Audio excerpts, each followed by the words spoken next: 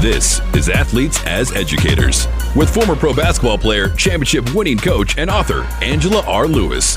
Angie Lewis interviews current and former athletes who are passionate about sharing the lessons they've learned and the experiences that have shaped their lives. A resource for parents, a guide for student athletes, a source for current and former athletes, keys to transition off the court.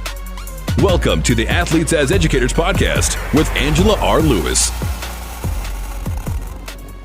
Welcome to the show today. We have Chasity Melvin. Chasity played at North Carolina State, played in the WNBA, played overseas, and had this phenomenal career, was an All-American, recently inducted into the North Carolina State Basketball Hall of Fame, and is doing some amazing things, has a book coming out this year. Chas, thank you so much for joining me today.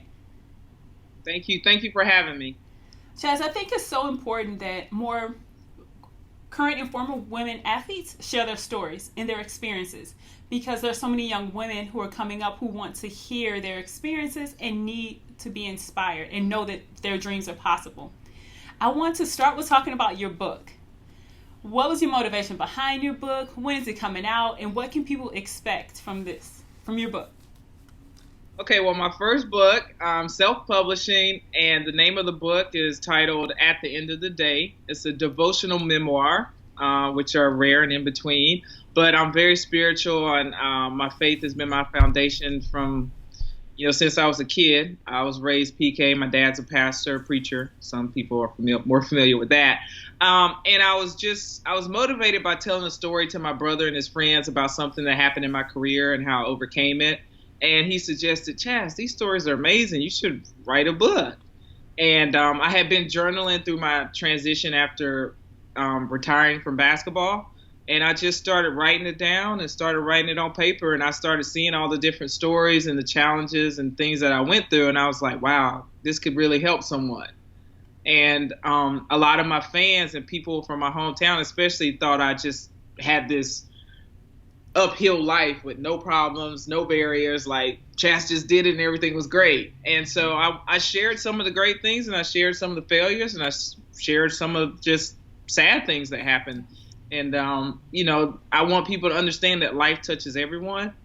And I believe the target audience for my book is possibly 15-year-olds to 25-year-olds. But everyone can get something out of the book. But I speak kind of on that level because it's kind of like growing pains of when I was in college, some stories, then I went pro. And so it'll reach a variety of people, but I think that's the target audience. And just to give them life skills of how to overcome failures, challenges, and how to stick to their goals and dreams. Now, what are some challenges that you faced along the way that you mentioned in the book that people can look out for? And you made a really good point. People make this assumption when they read your bio that everything was just great and easy, but it's not. Like, you have to work and you go through some things to play at that level. I think the first I would like to say, to the young women that are listening and young men, as I, hear a lot from parents and people who, my sister actually worked with a foundation where she worked with kids in high school. Their self-esteem is really challenged, especially with social media. I remember we were growing up, our parents used to say, we've been there and done that. We dealt with the same things you guys have dealt with.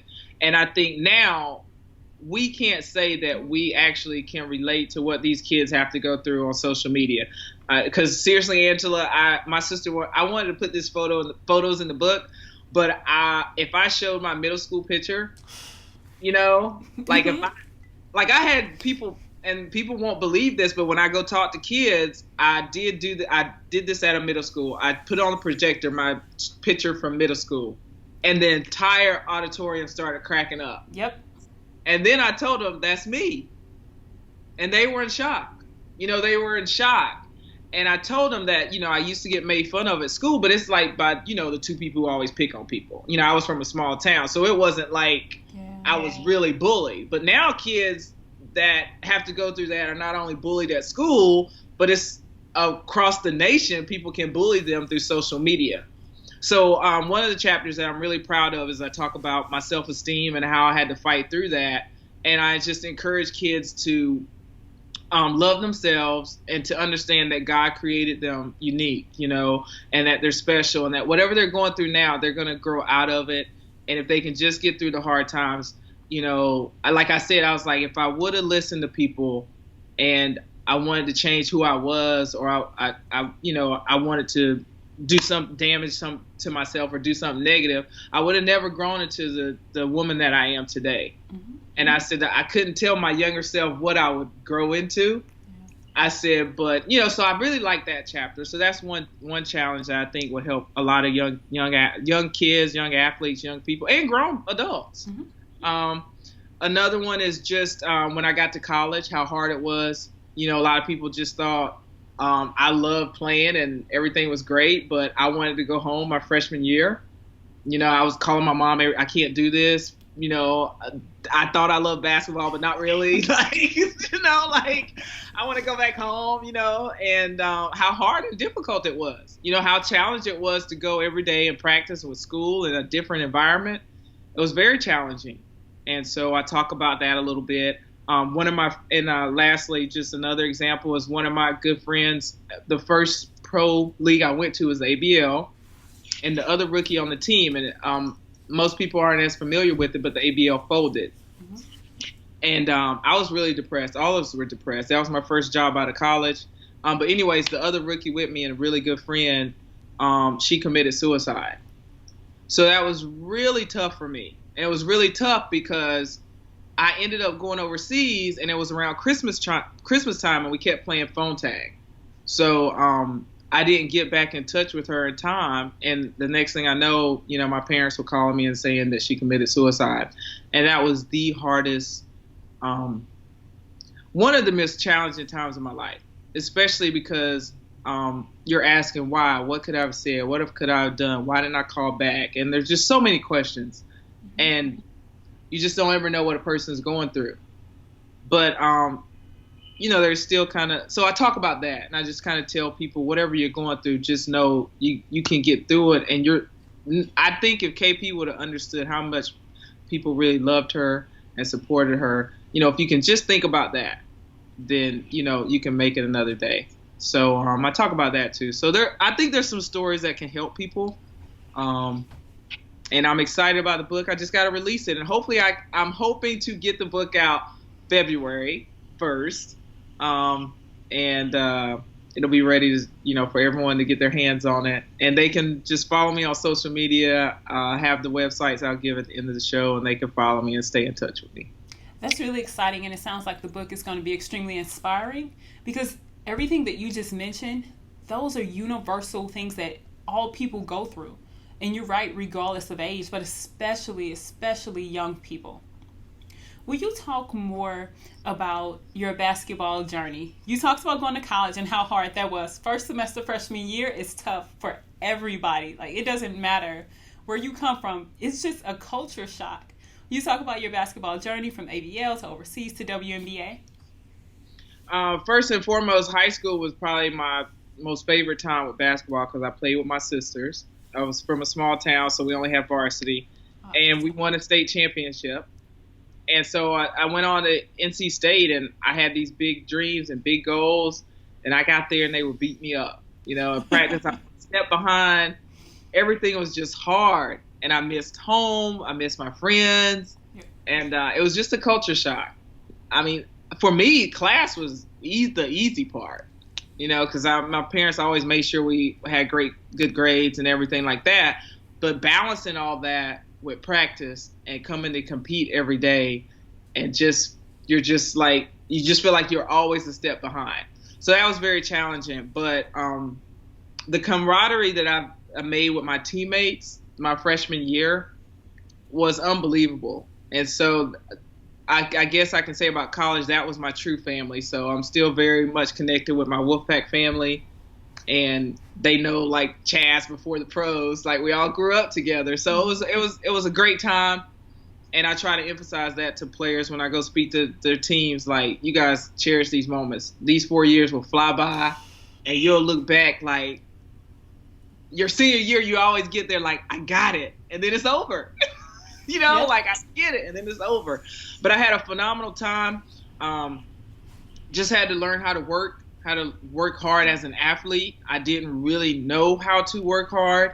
And when you're from an area where I was from, I was always better than other people. And I think people sometimes misinterpreted how I worked based off of they thought I was just cocky or confident. So I had to learn how to work hard. And that was a process that continued well into the professional ranks. And so as soon as I got drafted, the same kind of things happened. I was a step behind. You come in thinking you're just so great, but those veterans, they know those little tricks and they know these moves, and they're just so much smarter. So it's always a continued learning process, you know, and those were the challenges. But I think what people don't understand are the sacrifices you have to make, sacrifices you make being apart from your family, choosing the things you want to engage in as far as socially. You know, you have to learn how to say no. You have to learn what is best for you in your career a lot of times. And I think people look that, and especially kids when they're looking up to these athletes. But I know a lot of great athletes that were talented than me and talented than some of the athletes that I know that made it pro. But we just, fortunately for us, we made a lot of great decisions. Mm-hmm. You know, we made a lot of great decisions. And it's not something I tell kids all the time. It's not easy with peer pressure. It's not easy saying, I think I'll pass on this, or I'm going to get my rest, or I'm going to eat right, or I'm going to be consistent in my workouts. None of that stuff is easy. The actual playing on the court or the field for 2 hours, that's the easy part. Absolutely. But everything before that is extreme focus. It takes extreme determination, and a high confidence level. So that's basically what all my pro journey was about, as well as college. Just trying to stay focused, trying to stay away from negativity, and believing in myself. I tell you got to believe in yourself when no one else does. You got to have an extreme high self-esteem and high self-confidence. Yeah, it makes a big difference, too, when you believe in yourself, because people are going to judge you based on how you view yourself. So if you walk in like in confidence, and if you act as if you know it's not going to happen, then you're going to get treated as such. And so it's imperative that you have that confidence. But that confidence only comes from putting in the work, like you said. If you don't put in the work, then your confidence isn't going to last. Yeah, definitely. You know, I think that's what's hurting the kids a lot today. They act confident, but then they don't want to put in the work. So you get there and you're like, no, it just doesn't happen. You know, get it? Like, no, it just doesn't come that easy. It doesn't. It takes years to become a great player. That doesn't happen in one camp or one summer of AAU ball, or like it takes years and years of refining that craft to really become good. Yes, definitely. It sounds like you have a lot of interest in the community and supporting others. Will you talk about your work with the K. Yao Foundation? First and foremost, I mean, always when I played, I gave clinics back home, reach out to the kids. I think there's a big misconception with the public, and then some people do recognize it, but athletes are always giving back, and especially with social media now, it's unbelievable how many DMs or messages I get with questions, and I don't think people understand that's giving up your time. Absolutely. But I mean, I don't have a problem with it, but I don't think people think like there's only one person asking you for advice. You know, they're like, but now with social media, people can reach you in all different types of ways. But I love giving back when people ask me to come speak, spending time with the kids. Also to my fans, you know, if they reach out, my fans have been amazing from my hometown, from North Carolina, from across the world. Like when they send me throwbacks or just tell me things that how I inspired them, it's just very humbling, you know. And it's kind of divine because I was trying to find a new career path, and I'm back working for the K.I. Cancer Fund, which Coach K. Yao, who coached me from 1994 to 98, she passed away of breast cancer in 2009. And she started her K.I. Cancer Fund Foundation in 2007. So for me to be back is very divine. And in a surreal way, Angela, it feels like, I know in my career transition, I missed her tremendously because she was my mentor. And now that I'm working for the fund, I'm director of communications. I have to research her a lot and do things on social media to, help continue to promote her legacy and what she wanted for the fund. It feels like I'm getting mentored by her again. And it's very surreal and just seems really divine that I'm back at working for the fund. And so I just hope that the staff is brand new. We're trying to rebrand it and really push it out there and, help continue her legacy. So I'm really excited about that. But what's even been more humbling about it is I didn't even realize, and everyone says you don't understand something until you are in that position. And now to hear these stories of women fighting cancer and how, donations help and how, supporting nonprofits help, with research and all different types of things, it's really opened my mind a lot more about it, because I will be the first to admit, I'm like, where's my money going? Why haven't they found a cure for cancer yet? But when you're like removed from it, because I've been blessed, no one in my family has really had to fight cancer, thank God. But now that I'm working for this KI Cancer Fund and I get to do these interviews and hear these stories, it's very humbling. And these survivors are unreal, the fight that they have. And so now you kind of understand like why nonprofits are here and how they really help people. So I'm very proud to do this. And in a way, I feel like I'm able to give back to Coach Al, the coach who gave me so much, because she taught me everything about basketball, was my mentor, and everything. So it feels really good. What are some of your most memorable moments from Coach Yao? Oh, wow.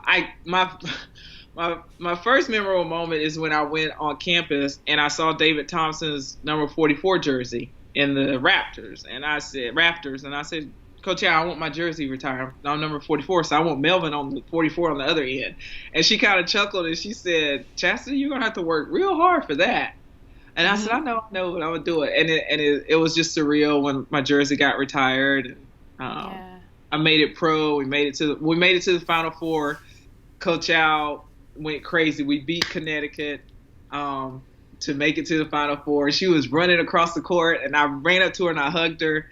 And I got a photo of it, and that's like the best hug other than from my mom and dad. Mm-hmm. Absolutely. Had a proud moment, but that moment was just amazing because that was her first Final Four, and to be a part of that and just to see where we came, and we were like that Cinderella team. Yeah. So it's just we impacted the whole state and our fans. People still talk about that, and it was just unbelievable. So that's probably my favorite moment. Yeah, that never gets old. Never. Never. So you're working with the KL Fund, but you've also moved to the sideline some as well. Oh, yeah, the sideline game. That's the media game. Actually, before I made it pro, I wanted to graduate. I wanted to be the next Robin Roberts and work for ESPN or a sports media affiliate. And I started playing pro. And a lot of people didn't understand, I played overseas as well, so I played year-round. Now you see some of the WNBA players taking a year off or whatever. I would, if I could change something, I might have took more time off to get more experience with the media side, because at 38, I had no experience in front of the camera. So it was very hard to break into that career. And so I still do it on the side whenever I get the opportunity. And it's still something that I'm very passionate about and something that I want to do. So, and that's something I can do outside of the KL Cancer Fund, or, I haven't given up on that dream. It's just kind of like independent contract work, and I enjoy doing it. I enjoy talking about basketball. I love the game, and so I'm very passionate about it. Yeah, once it's in you, it's hard to break away from it, and it's really hard to watch the game simply as a fan. Because you're so used. You've spent 20 plus years analyzing the game, and so you can't just watch. And so it makes sense to be behind the game with a mic, because that's what's happening in your brain anyway. You're analyzing it anyway. It's very challenging. I've had a lot of great learning experiences post-career transition, and so I'm learning a lot. Mm-hmm. And I guess my sister was a little bit right. I was out of touch a little bit. What do you mean? Will you elaborate on that? No, my sister just used to tell me I was out of touch a lot. And I would be so mad. I'm not out of touch. I know what people are going through, and I give back, and I go, but for me, and I wasn't raised with a silver spoon in my mouth, so I do understand that people struggle. But I was a kid too, and my parents,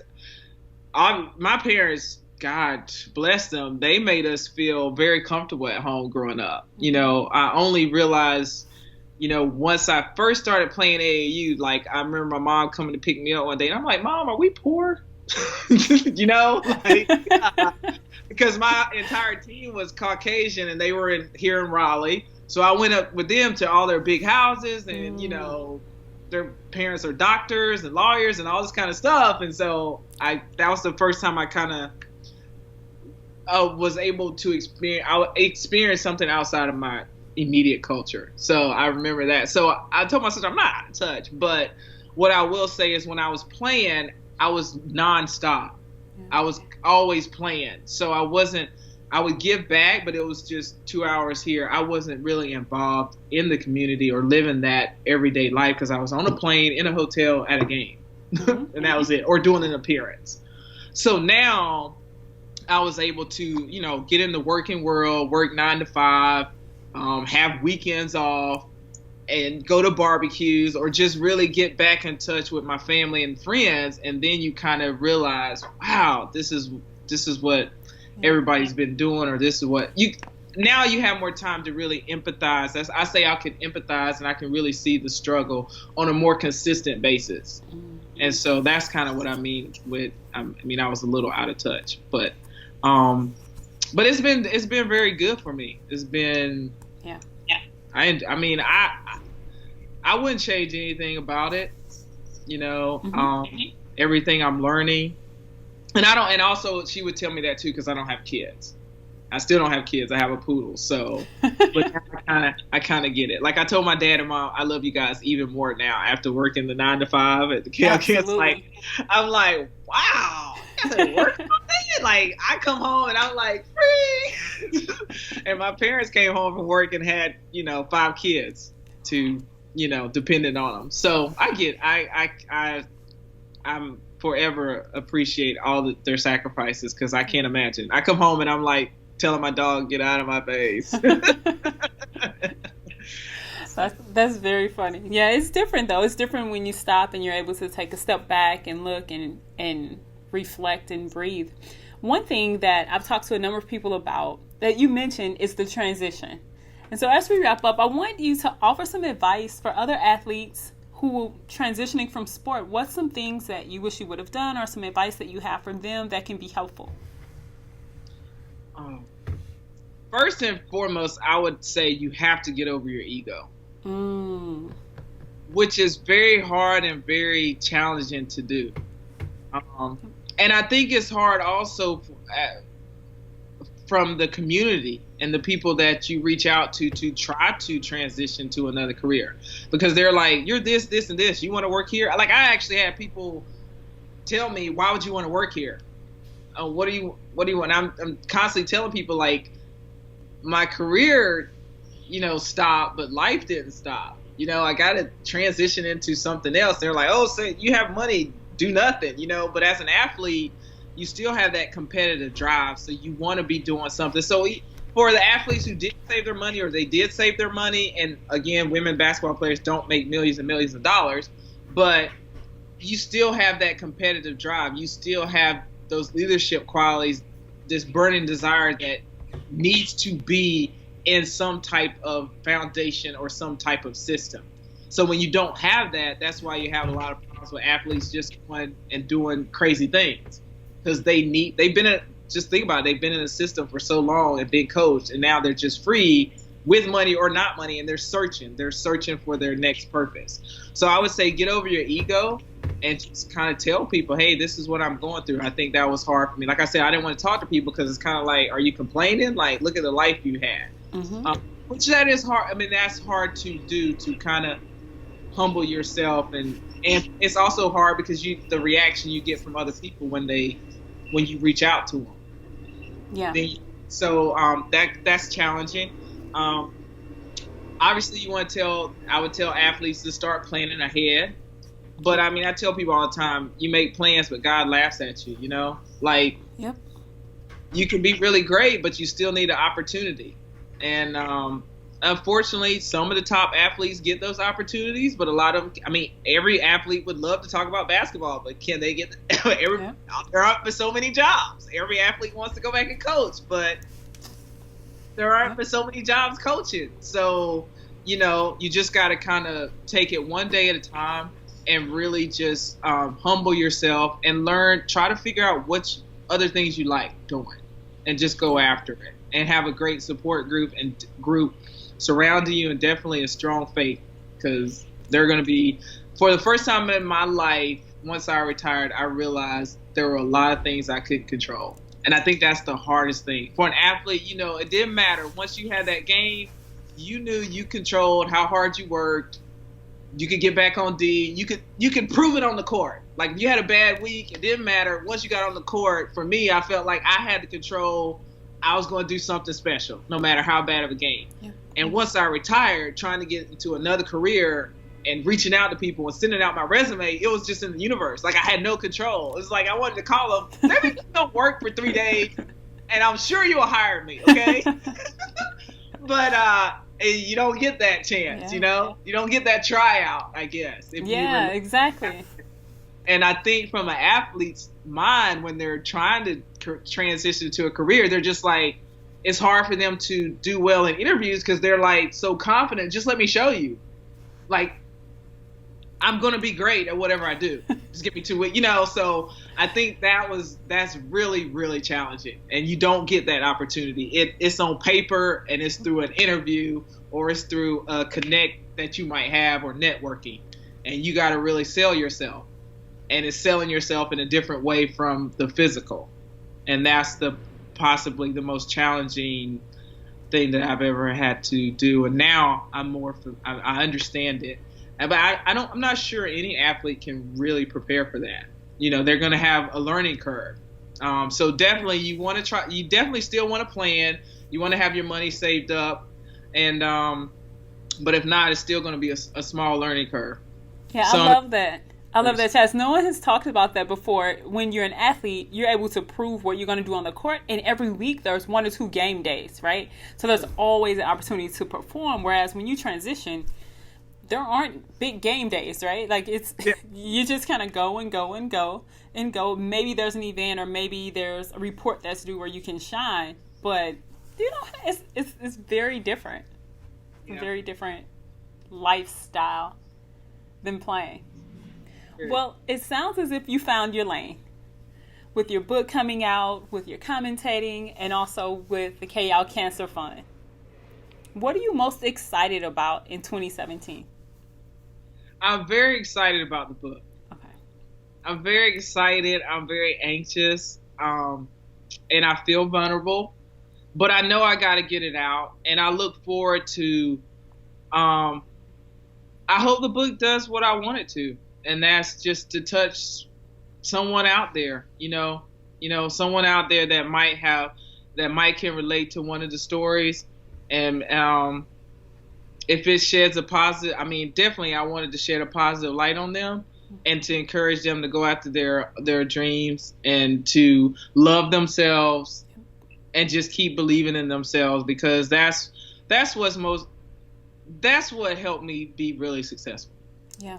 Beyond my talent, I had a strong faith. I believed in myself no matter what. Even when people made fun of me, I didn't care. It hurt. I'm not going to tell people it didn't hurt. It didn't feel good, but those are the things that really pushed me and helped me succeed above and beyond. My belief in myself, my love for myself, who I was, the color of my skin, just being okay with myself no matter what.